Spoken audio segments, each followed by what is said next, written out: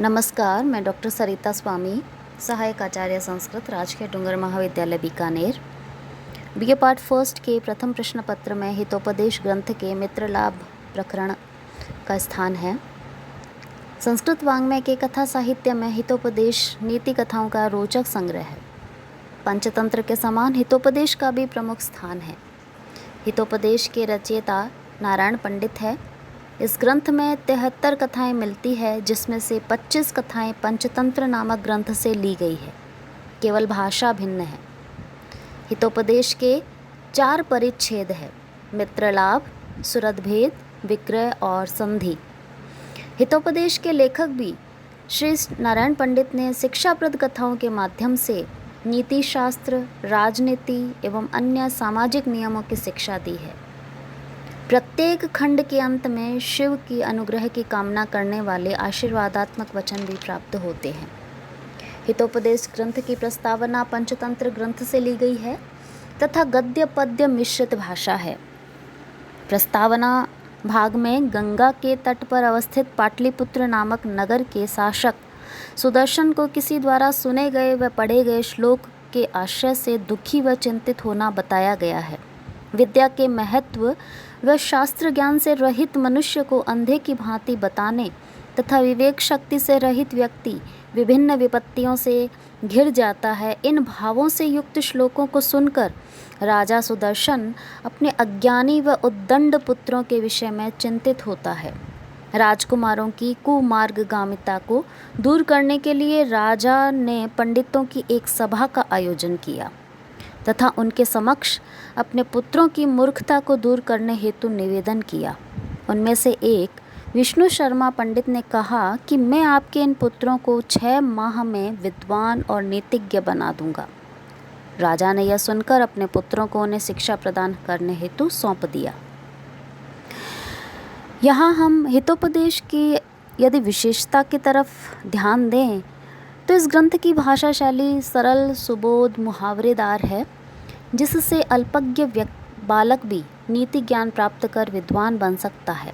शैली उपदेशात्मक अवश्य है, किंतु अत्यंत सरल होने के कारण यह उपदेश न लगकर एक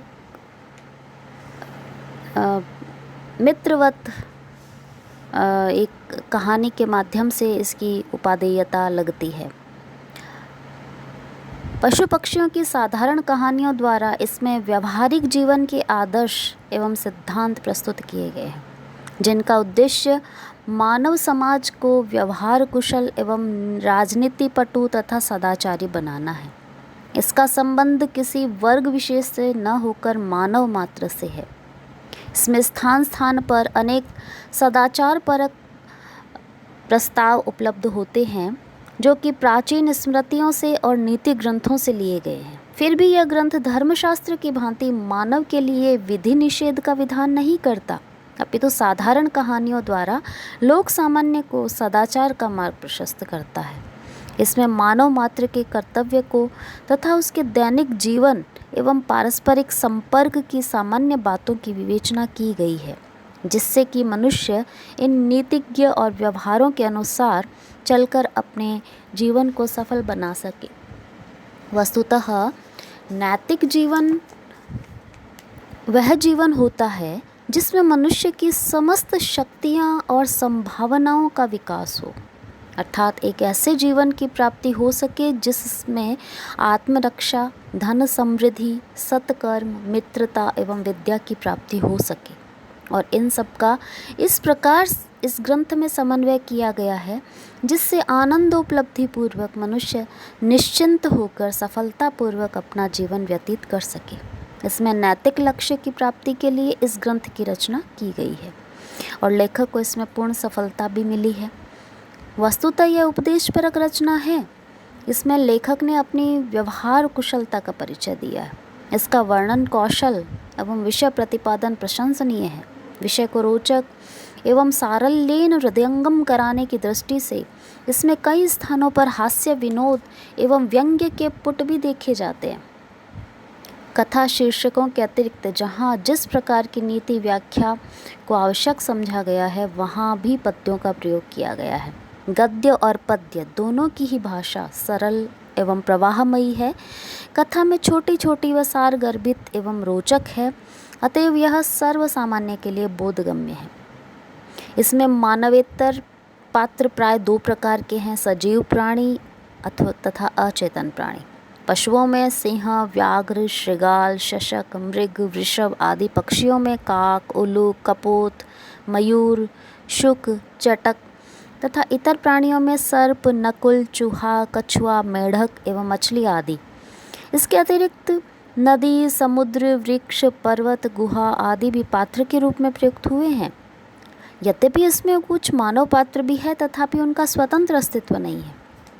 हिरण्यक आदि मानवेतर जीवों द्वारा इनको दृष्टांत के रूप में प्रस्तुत किया गया है, अतः मानवेतर प्राणियों द्वारा प्रयुक्त होने के कारण ये भी नीति कथा के ही अधीन है। हित प्लस उपदेश, हितोपदेश अर्थात ऐसा ग्रंथ जिसमें हितकारी उपदेश हो। हितोपदेश पशु पक्षियों की रोचक कहानियों के माध्यम से अबोध बालकों को ज्ञानवान बनाने का प्रयास किया गया है। और बीए पार्ट फर्स्ट के सिलेबस में हितोपदेश ग्रंथ के जो ये मित्र लाभ नामक भाग है, इसमें एक सच्चे मित्र के क्या क्या लक्षण होते हैं, एक मित्र की पहचान हमें किस प्रकार करनी चाहिए तथा गुप्त शत्रुओं से हम किस प्रकार बचें, क्या ध्यान रखें, इन सब बातों को सरल कहानियों के माध्यम से समझाया गया है।